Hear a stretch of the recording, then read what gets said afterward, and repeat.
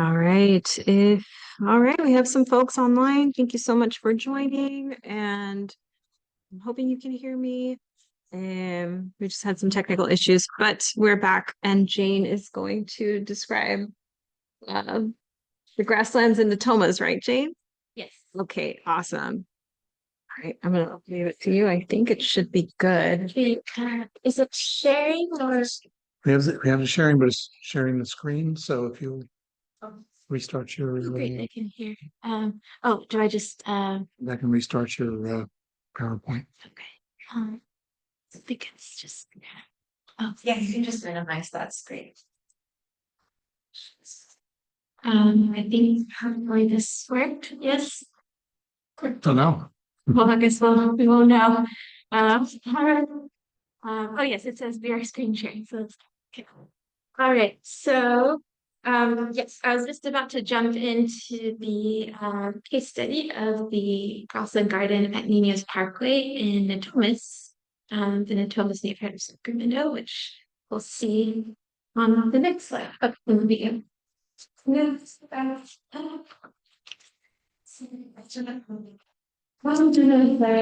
Sorry, I just laid them down. Okay, there we go. All right. So jumping into the Grassland Garden. Um, it's a quarter-acre native garden and pollinator habitat in the South Natomas neighborhood of Sacramento. It's located not far from the American River, as you can see in this map. And it intersects with a popular multi-use trail under a power line corridor. It also is right next to a junior high school and an elementary school. So you can see that here, the trail kind of curves through this power line corridor, and then the garden is located right near the street, where everyone can see it, which is great.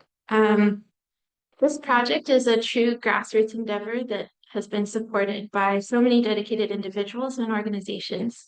Many minds and hands came together to bring this garden to life. So I'm going to try to tell the story. I had to consult with some of my volunteer colleagues to make sure I got it right because I wasn't here for this part. But just kind of, I thought it was important to kind of go through the steps because, you see the thing out, out in the streets, but sometimes it belies how much hard work and time and effort went into, getting that to the point where you could put plants in the ground. So the garden is a project of the Natomas Garden and Arts Collective, which is a neighborhood-based nonprofit, and their mission is connecting and enriching the community through gardening and arts, and it's very neighborhood-based.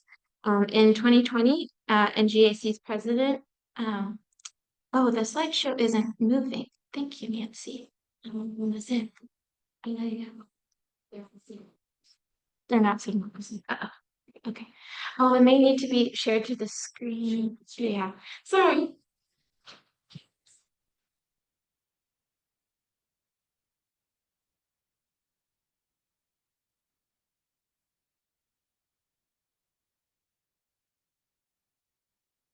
screen two. Oh.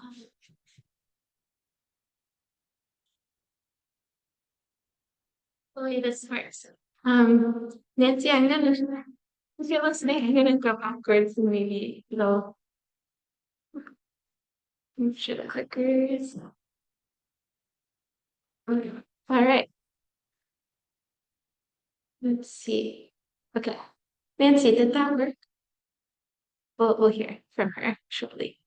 All right. So the garden is project in Thomas Garden Arts Collective, and in 2020, NGAC's president Amy Tokama had been advocating for the collective to apply for a Smudge Shine Award, which I'm sure many of you are familiar with, to build a pollinator-focused project. Around the same time, NGAC member and Xerxes biologist Angela Laws was in talks with council member Jeff Harris about a planting project along Nino's Parkway to support monarch butterflies. So momentum for a pollinator garden was in the air, and a committee was formed to apply for a Shine SMUD award. And additional people joined the committee, including Heather Fargo, Dan Mayer, and NGAC member Nancy Capellis, who's on Zoom. Billy Krimmel and Kate Hayes from Mirror Day were brought onto the team as well to be the designer contractor for the garden. And the project received the Shine Award for 2022, and the race was on to complete the installation by the end of that year. So it's kind of a high pressure situation. And then many other organizations jumped in to lend their support, and the city, of Sacramento granted permission for use of the land and irrigation water, and they've continued to provide much appreciated support in the form of free mulch and assistance with weed removal. Sac Valley CNPS and Xerxes Society were key financial and in-kind supporters of the project. And the Thomas Rotary and Councilmember Jeff Harris contributed toward the purchase of beautiful trail signs. So a lot of support and a lot of steps, but I think it was very much worth it. So then also a question of, why a grassland garden specifically, as opposed to maybe a more general pollinator themed garden.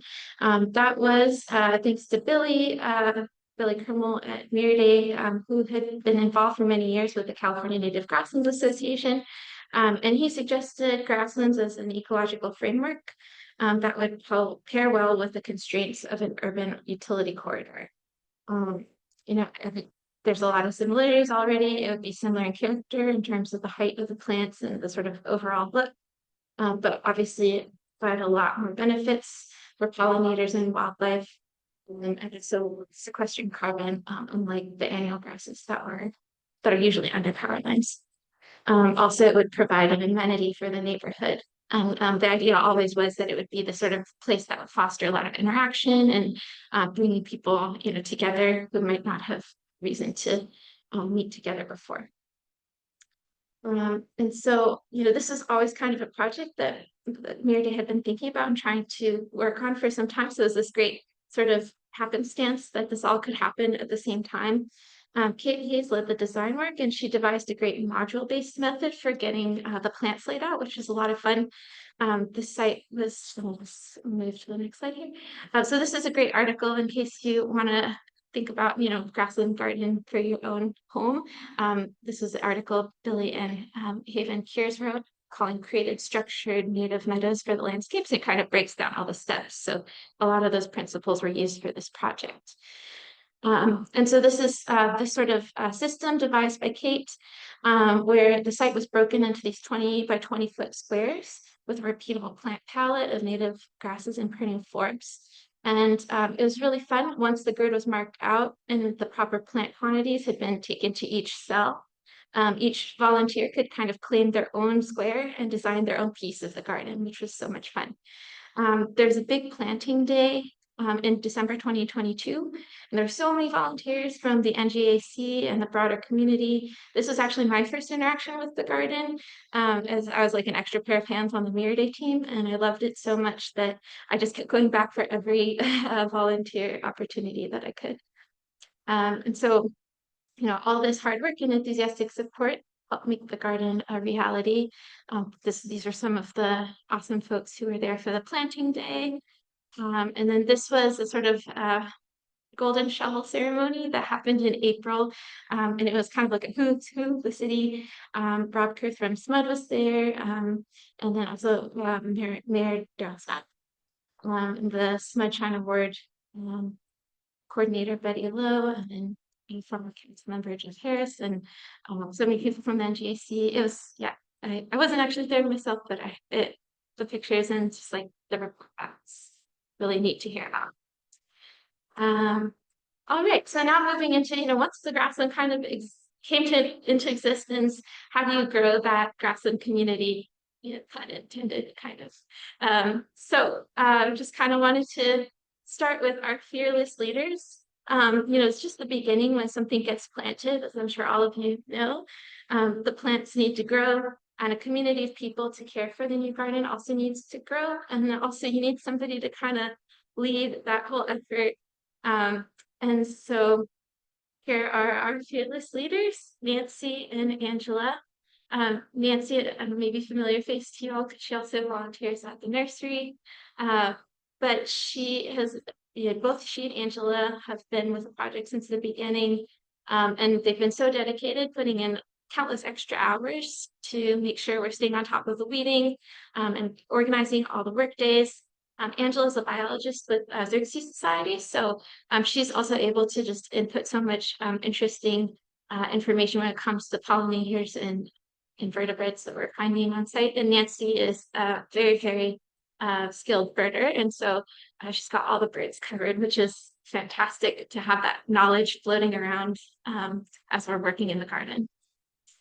So, without them, this whole next timeline that you'll see couldn't have happened. And I'll just kind of go through. So this is what it looked like before the installation in November 2022.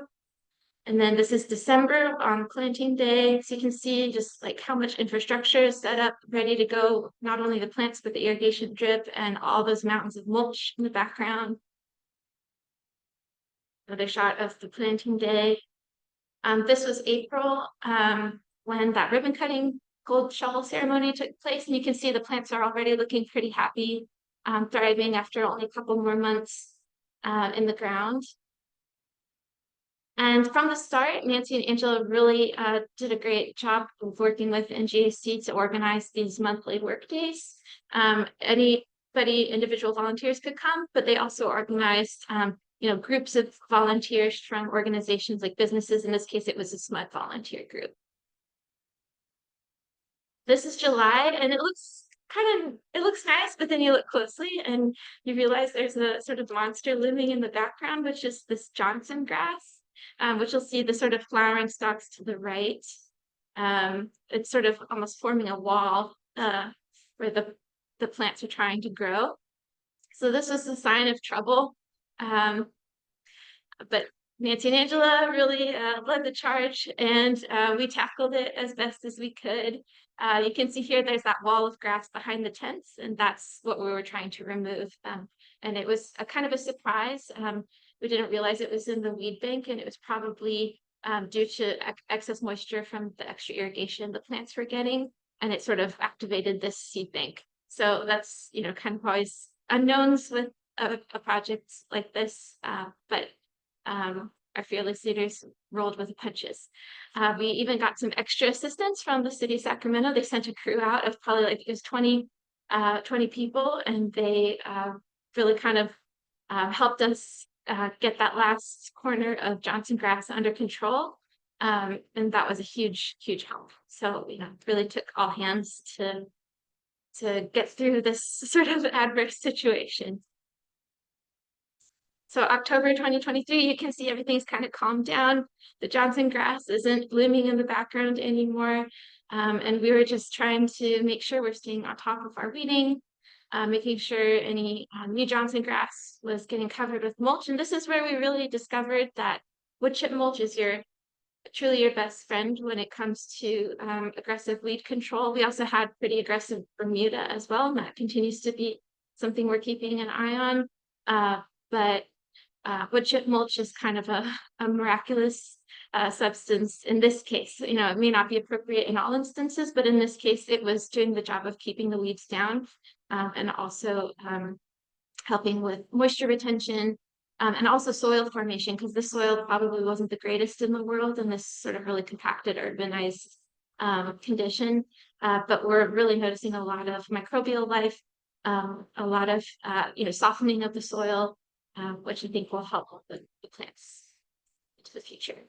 February 2024, things are kind of perking up, looking green. We had more volunteers. In this case, this is of a church group that came out to help us for their annual sort of volunteer day. And May 2024, finally, things are looking more like a grassland. This was a really exciting time. The sort of feathery seed heads you see here are all full needle grass. They just kind of went crazy. I think they were like 5 feet tall. And that was just really rewarding to see that much growth and all these plants thriving together. And then finally, so during our work days, we could kind of turn our attention to not just pulling weeds, but also looking for insects, taking time to sort of point things out to each other and, kind of enjoy what the garden's supposed to do, which is bringing pollinators and insects and wildlife to this space.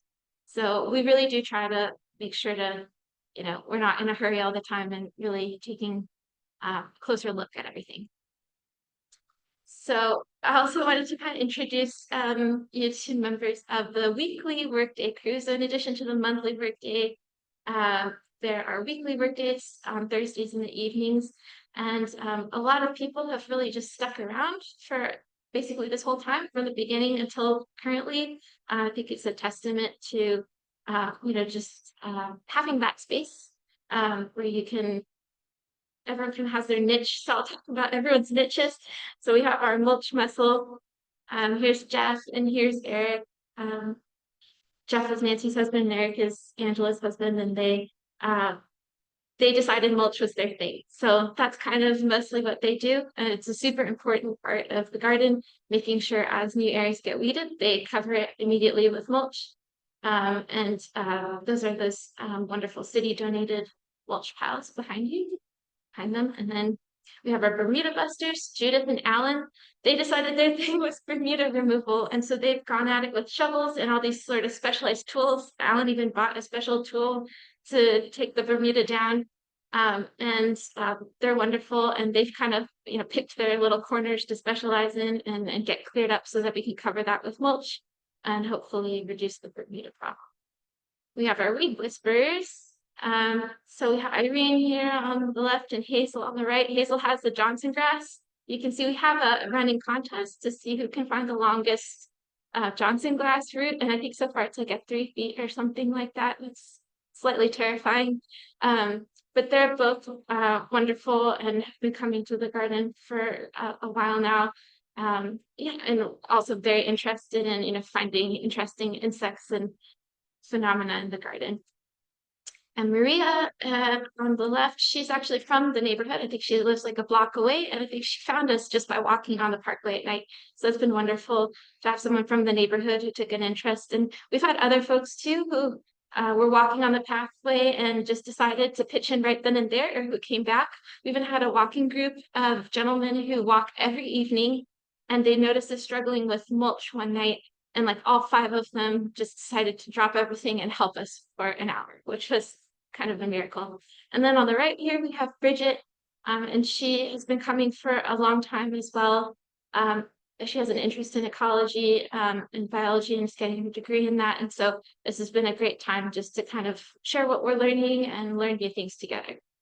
And she had a great, she wanted to kind of express how much the garden meant to her. And this is her quote: I enjoy working in the garden because I get to spend time with other people, learn new things, make friends, and help beautify a public space. Pulling weeds is how I relieve stress, and it's also a really good form of exercise for me. I love getting to see the hummingbirds at night and the bees sleeping in the flowers. I had no idea they did that. So I'll just kind of go through this quickly. I just want to give you a sense of like the year in the life. You've seen the garden from start to finish, but also sort of over the seasons, what's going on and what we're noticing. So in December, this was still when things were a little sparse. Things are a little dormant, but there are things like holy sunflower, which continue to bloom even in the winter, which I was surprised by, which, maybe a lot of you gardeners out there are like, yes, this is completely normal. But it was great to just have, something in the garden at all seasons. I think that's always a goal for, gardeners to diversify the types of plants and when they bloom. This is February. Beautiful green new shoots and growth. And this is also kind of an exciting time because you don't know what you're going to get, depending on the rains, depending on the maturity of the plants. Are they going to kind of stay the same size, or are they going to leap up and do something surprising? So in this case, we had a lot of new growth, for instance, on the silver bush lupin, which has become sort of one of my favorite plants in the garden. And then April is when things really kind of exploded. So things did kind of take a turn for the dramatic, and we had all these beautiful grasses. This is mostly all that purple needle grass in flower that's creating the golden sheen. And you can see, I think that's coyote mint toward the back. Just so much life in the spring. Here we have beautiful yarrow with, again, purple needle grass and some deer grass in the background. And this is a great shot Nancy got of the garden sort of in the springtime with a borrowed red bud that's adjacent to the garden. And then these silver bush lupin just like took off, and I think they were like got to here. It was just a really beautiful experience walking through the garden. May this year, as we all know, is unprecedented hot year. And so things started to dry out pretty fast, and you'll notice the purple needlegrass had already gone to seed, and these are just the sort of dried husks of the inflorescences left over. It's only May. So this is kind of a transition to summertime. Still had, some beautiful, I think it's still beautiful with the dried seed heads. We have woolly sunflower here, bringing a lot of color to the garden. Some coyote mint and some more purple needlegrass. June was a little bit drier, and this was kind of a time of apprehension because we weren't sure if the Johnson grass would come roaring back. And so we were really trying to be on it. And there was a lot of seedling growth, but thankfully, as we'll see later, it wasn't too bad. Wasn't as bad as we thought. And here's, this is when the alkali sacaton started blooming and added a really beautiful haze to the garden. Also, California fuchsia. Just another shot of the garden in sunset. And then August, you can see things are looking pretty dry. It was very, very hot at this time of year. But the fuchsia really just took off and sort of holds the space in terms of flowers and helping everything look beautiful, as well as providing those important resources for wildlife. You can see here September, we have some milkweed in the corner that had gone to seed. And the milkweed, we found, went to seed pretty early this year. I don't know if everyone else noticed that as well.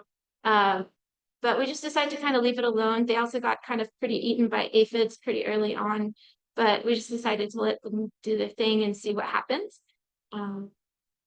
Here's another sort of ghostly shot of the milkweed. And so like around September, it's all about sort of things drying and going to seed and kind of preparing for next year's growth. I also want to just sort of highlight a couple of garden relationships that we're noticing between ourselves and also the plants, just as sort of focusing in on specific species. So the sort of arch nemesis of the garden is this Johnson grass, Sorghum halpense, and you can see how tall it was. So the mulch was the big way to deal with that. And you can see the seedlings that came back this year were much more low growing and almost prostrate. So you could see even the same species, same seed bank, but very different response after sort of different maintenance approach. And then sort of an unintended consequence of the mulch, which we didn't really think about, I think, as purposefully, but it added a lot of fungal interactions happening into the mulch and also probably the soil as well. As you can see here, we had a cool dog vomit slime mold, which was really a fun discovery one day. Bermuda grass, nemesis number 2. We've tried different experimental techniques. So sheet mulching, as I mentioned, Alan is kind of, he's kind of one with the Bermuda grass at this point and has his ways of, trying to remove it. One thing that I thought was interesting, though, is maybe something as gardeners, want to keep in mind is even though we may not like a weed, it could still be doing something important in the garden. As you can see here, this is a 9-spotted lady beetle that Irene discovered while trying to remove Bermuda. And in the end, the Bermuda was left alone because didn't want to disturb the habitat of this beetle. And later, Irene looked up the species, and it's a California variant of the 9-spotted lady beetle, which is not common. So it's pretty cool and exciting to learn about. This is coyote mint, and this is just like the butterfly plant. And I know everyone kind of knows that, but to see it in practice, I think is like just really cool and wonderful. And this is kind of where you would look if you want to find a butterfly. We got common checkered skipper, painted lady, Gulf fritillary, bird skipper, many more as well. Milkweed, of course, everyone's favorite. Looking, obviously monarchs are a huge draw. Hoping to always see monarchs. We did have caterpillars last year. We didn't have any this year, but we had adults this year flying around as well. You're just trying to also be, okay with aphids and understanding that they're part of a very important, cycle of food and feeding other insects, which feed other insects, and so on. More milkweed again. We found a really neat fig eater beetle. which loves the nectar of the milkweed, a great black wasp, carpenter bee, so a lot of different pollinators love it as well. And then also a large milkweed beetle, large milkweed bug, which is a true bug, and it likes to eat the seeds, which I thought was interesting. It's kind of maybe not as common. Deer grass, it provides sort of structural framework for a lot of insects to, in this case, we had a spider who spun its web there. Also, butterflies love to sort of perch on the grass stalks and inflorescences. And I think grasses in particular are a really great exercise in just learning to look closer at something. So in this case, I noticed the other week that, the deer grass was flowering, which is really beautiful, but you have to get pretty up close. And then here we have California fescue, again, a sort of exercise in close examination, the flowers. It's really fun to see, the dangling anthers and things like that. And then also, they're really loved by bees, particularly male bees. A lot of male bumblebees. This is any sort of grass stalk, but for some reason they were all on fescue in this garden for some reason. So male bumblebees, they don't return to the nest once they emerge. They sleep clutching the grass inflorescences or stalks outside. And so if you go around dusk, you might be able to see that happen.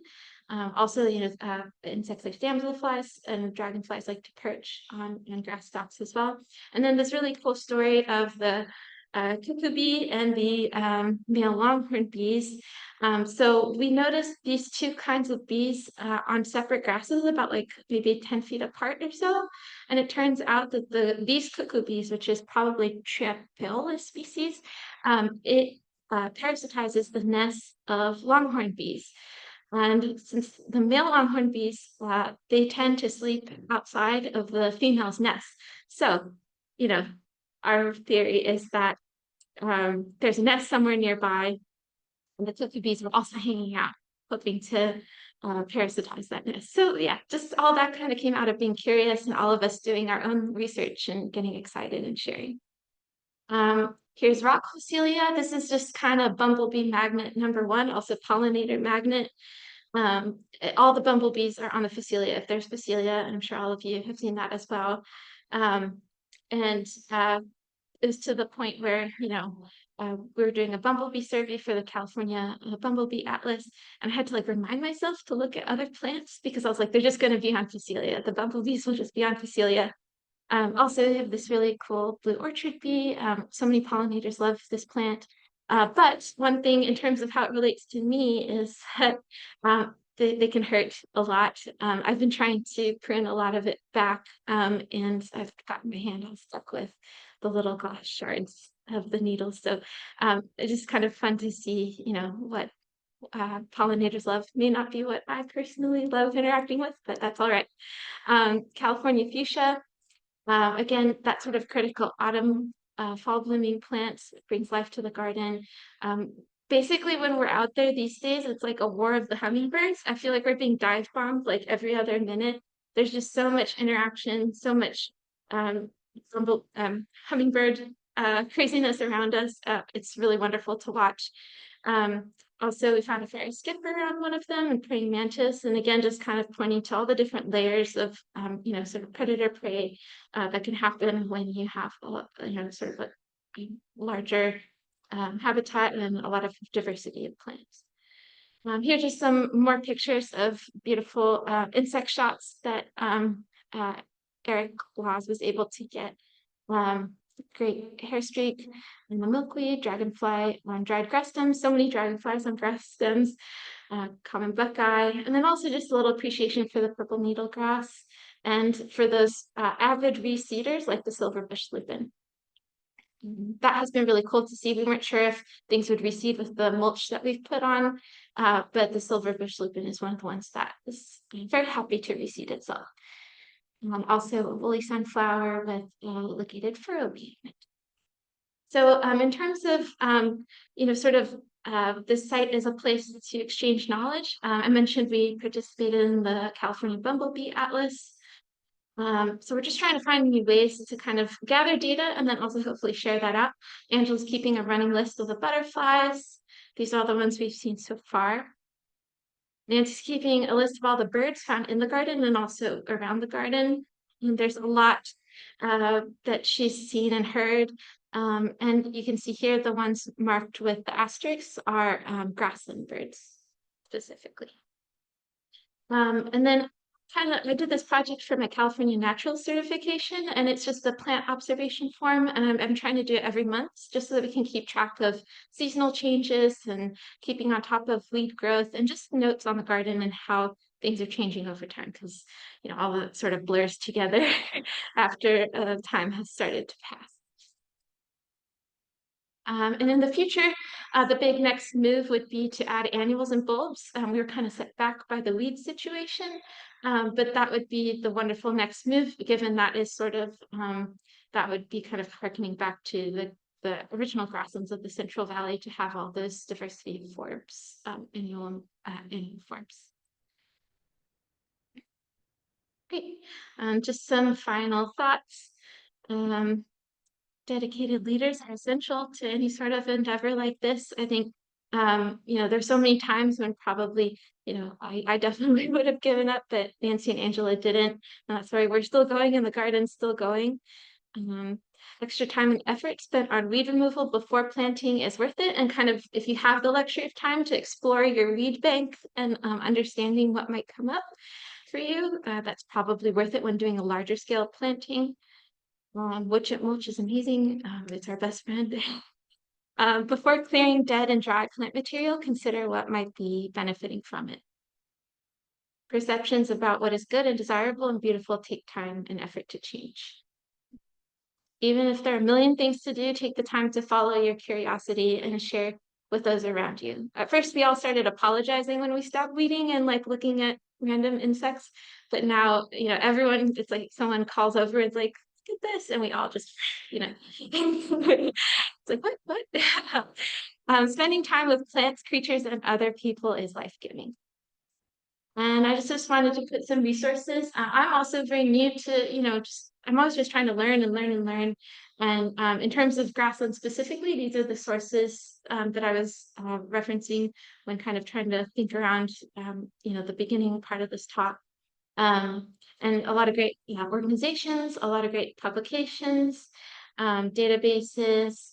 If you're interested in native plants, there's obviously Cowscape, and I've also really loved the field guide, the outdoor world of the Sacramento region for Sacramento specific plants and creatures. And then Ethnobotany Tending the Wild is a really wonderful resource. Pollinators, butterflies, and other insects. Xerces has so much on their website. And then also we've been using bugguide.net in addition to iNaturalist for additional verification on IDs and things like that. So yeah, that's the end. I just invite you to all join us. We have weekly work days through sort of March through October during the daylight savings time. We have monthly work days every third Sunday of the month from 9 to 11 a.m. And that's our contact information. We did start an Instagram. So that's kind of another effort to do some outreach and share what we've been seeing and also recording what we've been seeing so we remember it too. So yeah, it's that. Thank you for having me.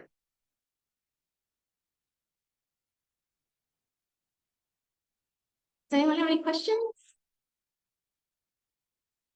Yes. Thank you. Glad you liked it. Not only is it beautiful.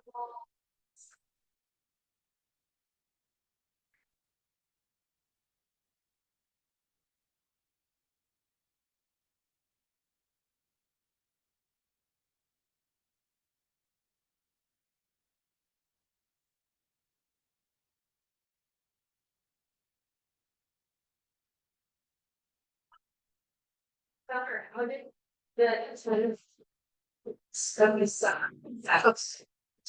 oh, sorry. Thank you. How many sense of the star? Yeah.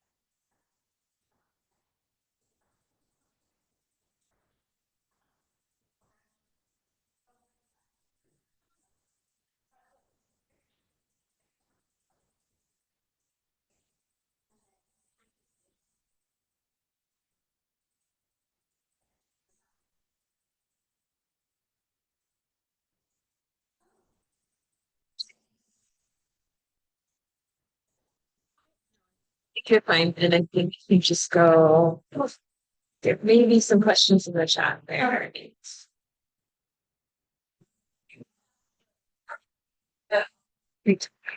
Sure. Yeah, but it's okay if we stop screen sharing over this. I don't see get to establish it. That's one question. All right. Maybe we'll do like two more questions too, just in the interest of time. Someone had a question about how long will you irrigate to establish it, and I think it's great to have irrigation in place for something like this, especially as our climate changes this dramatically. That way you always have that infrastructure if you do need it, but ideally it'd be great to get to a place where we're not irrigating or just irrigating often enough to maybe increase the blooms a little bit and kind of be able to be a more stable resource for pollinators in the area. Yeah. Is there a plan to eventually cut off irrigation from this project? I don't think so. I think, kind of the drip is all there, so probably stay in place. Oh, sorry. Is there a plan to ever get rid of irrigation? I don't think so. It's all kind of infrastructure and it's there, but the option to not turn it on is always there. So hopefully that would be how it turns out in the end. I'll go back to the form from you. I think that was it for questions from the Zoom. Yes, one more.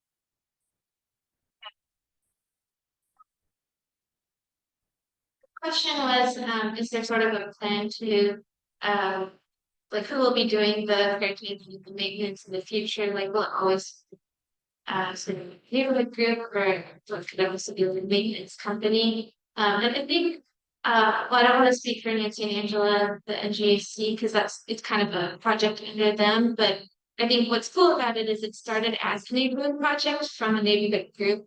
And obviously people who aren't part of the neighborhood also are volunteering for it because we're so interested in it. But at the core, I think the idea was always to have this be space for Natomas residents and a resource for them. And I think more and more we're gaining interest, especially like live near it, the Parkway.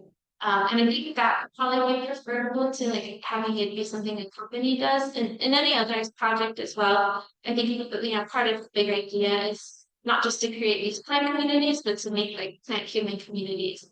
And a big part of that is having people who are committed, with whatever time they want to just interact with the garden and take part in taking care of it. I think that's like actually, a lot of what the goal is, not just like having acres restored or in this case it's not even a true restoration in terms of like trying to be sort of pristine grassland or something like that, if that even exists. But in this case I think it was really just about trying to engage community members, and a lot of the decisions that are made in terms of maintenance and how things are done is all about how can we make this an inviting place for people. Is it okay to take that question or should we? We'll just my slide for gallery. Oh sure. Oh sorry.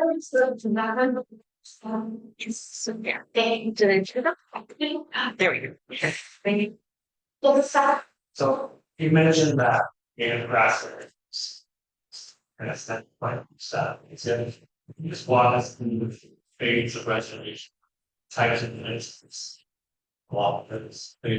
Yeah, sure. So the question was to like Central Valley Grassland is now known to mostly using forbs, annual forbs, how we kind of get to that place and responses restoration to this point. So and I think at the beginning it's really important to get those like matrix grasses and perennials in place that are gonna start filling up space, because the big thing is you want to sort of outcompete the weeds in whatever way you can, which usually means like bigger volume is great because then you're just doing, making less work for yourself. So that includes the grasses, that includes like all the perennial flowering plants that you saw on the slideshow. Especially grasses, because they'll start to develop as you break fibrous roots. So that's sort of the first stage to make sure those are established. And also I think, it's nice to see how they'll respond to the site. Like maybe they'll be struggling, the soil is challenging for them. Maybe they'll just go sort of like, go crazy and kind of grow to like twice the size that you expect, which in this case like kind of happens here. And then, once you kind of understand what you're working with in terms of that base matrix, having in those now filling in. I think it's animals are also sort of at odds with our mulch strategy. So maybe kind of think about next steps in terms of how we're using the mulch, because seeds need contact with soil. What are ways you can kind of make it work? And continue to have just maintenance tool. Maybe there's some strategic areas that get seeded in the soil that are covered. So I think that's a sort of almost like another design issue or design question. I think it'll be really fun to think about. But that would sort of be the next step once you get that matrix established to do the annual seeding. And then hopefully that needs aren't as much of an issue, because it can be really hard to distinguish between the two or work around the animals that way. So, great. All right, thank you.